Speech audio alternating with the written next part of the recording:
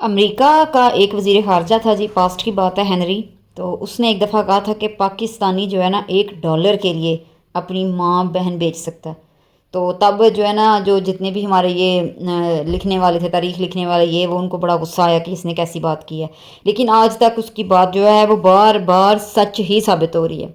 आज जो है मैं बात करूँगी, पॉडकास्ट में एक सुन रही थी तो उसमें बता रहे थे, जो व्लॉगर्स हैं जो अपनी बीवियाँ नचवा रहे हैं।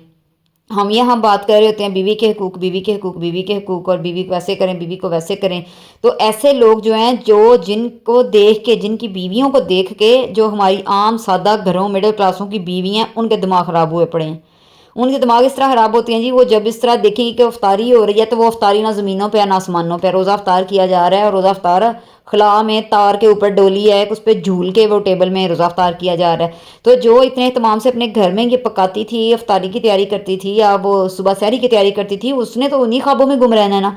उनके लिए तो आप ज़रबुल मिसल बन गई हैं। पहले तो औरतों के पास काम ही बड़े हुआ करते थे ना, उनके पास तो ये सारे लल्ले तलल्ले देखने की गुंजाइश ही नहीं थी। बच्चों की तरबियत थी, कुरान पाक का सबक उन्होंने खुद अपने घर में दोहराना, अगर बच्चा मस्जिद से पढ़ के आया है, सारा कुछ वो खुद घर में दोहरा रही हैं। एक दफ़ा ना, ये जो मिडिल क्लास की अच्छी और सुलझे हुए घरों की खवातीन थी, उनकी बात हो रही है, उन बीवियों की बात हो रही है। तो आज मैं ज़रा अपने टॉपिक से मतलब हट नहीं रही, बात मेरी उसी टॉपिक पे है कि हमारी जो आजकल की बीवियाँ हैं, उनके दिमाग ख़राब हुए क्यों। तो जी फिर आहिस्ता आहिस्ता औरत के हकूक़ पे बात होनी शुरू होगी जी, औरत का हक ये, औरत का हक वो, फ़लाँ होना चाहिए, उसको रिलैक्स मिलना चाहिए, जॉइंट फैमिली नहीं होनी चाहिए, सेपरेट होना चाहिए, फ़लाँ है ढींग है। लें जी, हो गए सेपरेट भी, मिल गई आपको आज़ादी भी, मिल गई आपको सुकून भी, मिल गया रिलीफ भी, मिल गया, काम वाली मासी भी आपके खामद ने लगवा दी। खामद बेचारा चाहे जितना मर्जी बाहर जलील हो के कमाए, उससे कोई लेना देना नहीं है। आपको सारी सहूलतें मिल गई, आपको ऐशो इशरत वाली ज़िंदगी मिल गई। उसका नतीजा क्या निकला? आपके हाथों में जब मोबाइल फ़ोन आए, और जब आपने इर्द गिर्द के इन व्लॉगर्स को और इन सभी को देखना शुरू किया, तो फिर आपने जो आपकी जो हदूद है ना, मतलब आप उससे आगे बढ़ने लग गए। आप उससे भी जो है ना हद से आगे जाने लग गई हैं। आपने कहा कि नहीं जी, अगर कमल आफ्ताब की बेटी का रूम ऐसा है तो मेरी बच्ची का रूम ऐसा क्यों नहीं है, उसको भी ऐसा ही रूम चाहिए, उसको भी ऐसे ही जूतों के कबड़ अलग हों, फलां कबड़ अलग हों, घर का कोई काम मैं नहीं कर सकती, अगर फलां चीज़ उसके पास है, डक्की की बीवी के पास है, मेरे पास क्यों नहीं है, हो सकती है। उसके लिए ना उन्होंने काला देखा ना चिट्टा, वो कहते हैं ना कि काला चिट्टा ला कर रख, इन्होंने वाकई ही में ऐसा ही किया। और इस कदर इस लेवल पे ये बगैरतियाँ ले गई कि घरों में बाकायदा झगड़े शुरू हो गए, घरों में बच्चियों पे और बीवियों के साथ खामदों के बाकायदा झगड़े शुरू हो गए।